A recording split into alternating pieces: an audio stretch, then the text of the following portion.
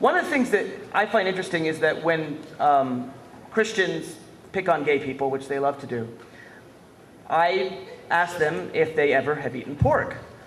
Because there's one verse in Leviticus that suggests a man shall not lie with a man as he does with a woman. By the way, lesbians are perfectly okay in the Bible. No problem. No problem. Go forth, do that.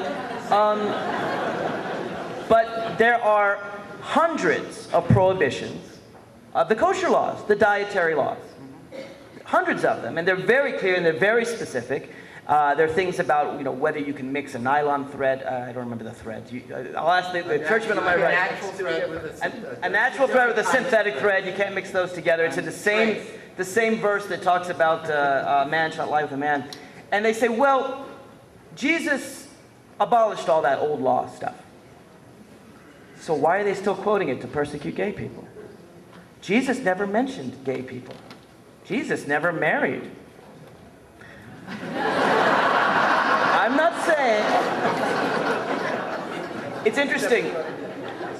What's interesting is that when I'm confronted with Jews who are anti-gay, and there are far fewer Jews that are anti-gay, but there are some. They tend to be Orthodox. I can't use those arguments because they do keep the kosher laws.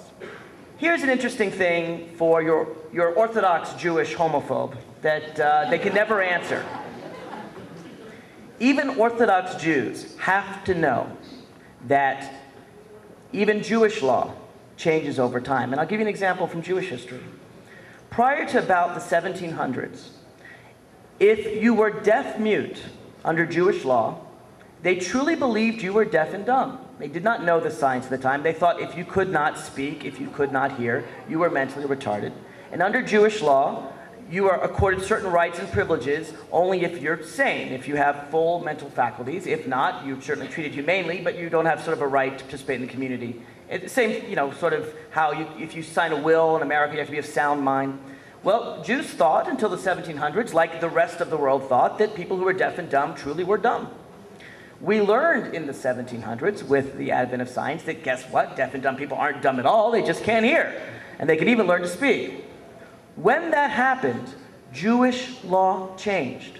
Even Orthodox Jewish law changed, and deaf mutes were given full rights in the community. Whatever people thought of homosexuality in the past, and it should be clear that the Greeks, for them, it was the highest form of love.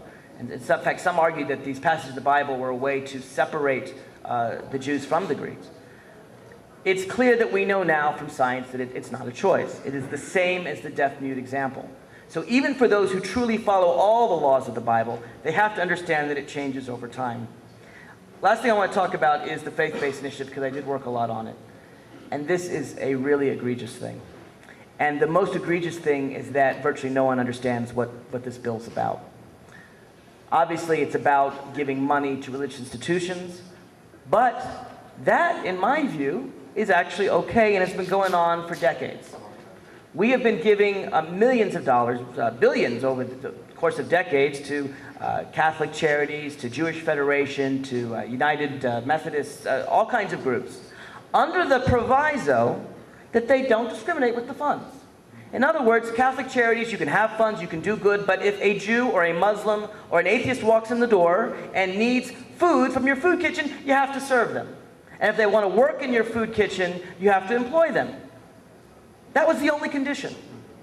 And that we've done for decades, and that is non-controversial.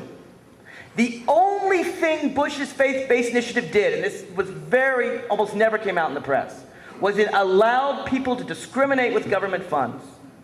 It allowed them to use your tax dollars to say, sorry, no Jews allowed, no Muslims allowed, no atheists allowed, no Baptists allowed in some cases. And if you recall Martin Luther King's dictum that 9 a.m. on Sunday morning is the most segregated hour in America, and you think about the fact that white churches may not hire blacks and black churches may not hire whites, you see that government money is being used to divide us. The interesting thing about Bush's faith-based initiative is this was never made clear. It was never made clear. He makes it sound like he wants to do what's already been allowed by law for 40 years.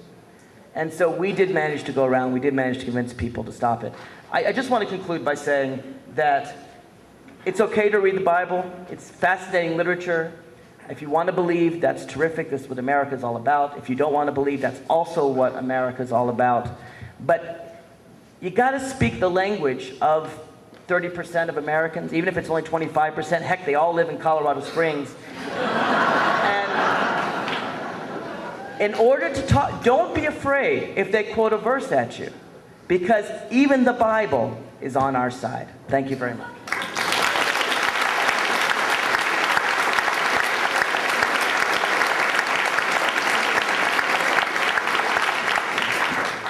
I want to draw on Jim's point of fundamentalism all over the world. This is a world phenomenon. We shouldn't think it's only in the United States. We were attacked by fundamentalists. And it's interesting because I, for one, as you see fundamentalism all around the globe, whether it be Muslim or Christian or Jewish or Buddhist or Hindu or whatever, what you see is people that are searching for a comfort. And they're searching for the comfort of absolute truth. Because as human beings, we are constantly forced to make decisions of what's right and what's wrong. And if you know every single thing because your imam or your rabbi or your minister tells you that this is exactly the way it is, suddenly you don't have to make those choices. And I would argue that suddenly you lose your humanity. If you ask a fundamentalist, and I get these questions all the time because I do speeches for high school students, and they say, you know, what, you don't want "In God We Trust" on coins? What are you, some kind of radical? You don't want God in the Pledge of Allegiance, which I don't. You don't want prayer in schools, which I don't. I say to them, okay, here's a quarter. It says "In God We Trust" on it. How does that affect your faith? Does that make your faith stronger? Usually they say no. Occasionally they say yes. If they say yes, I ask them to explain how God's word on money, which isn't what I thought Jesus cared about, makes their faith stronger. And then I ask them the ultimate question, whether on a coin or in the Pledge of Allegiance or in the schools, what if it said, "In Allah we trust, in Buddha we trust. I pledge allegiance to the flag of the United States of America, one nation under Buddha." You don't have a problem with that, do you? Well, they do have a problem with that. And then I asked them in terms of the prayer in school, you know, what is the prayer? Tell me right now. What's the prayer? Because I guarantee you whatever it is will offend someone. So what they want is their own. And I asked them if their belief in God is so fragile and so insecure that they have to look on their money before they know what they really believe. Is that what you're telling me?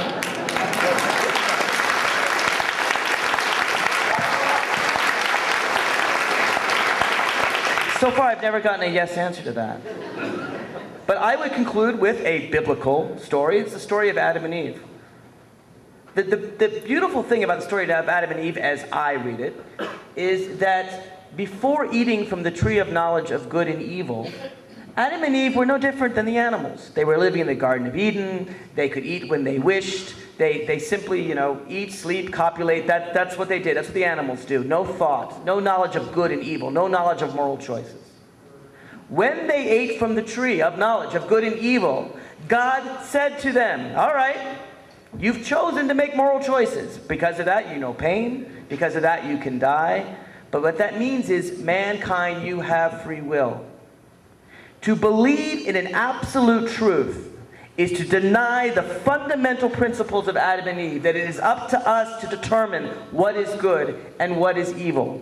It is to deny mankind free choice.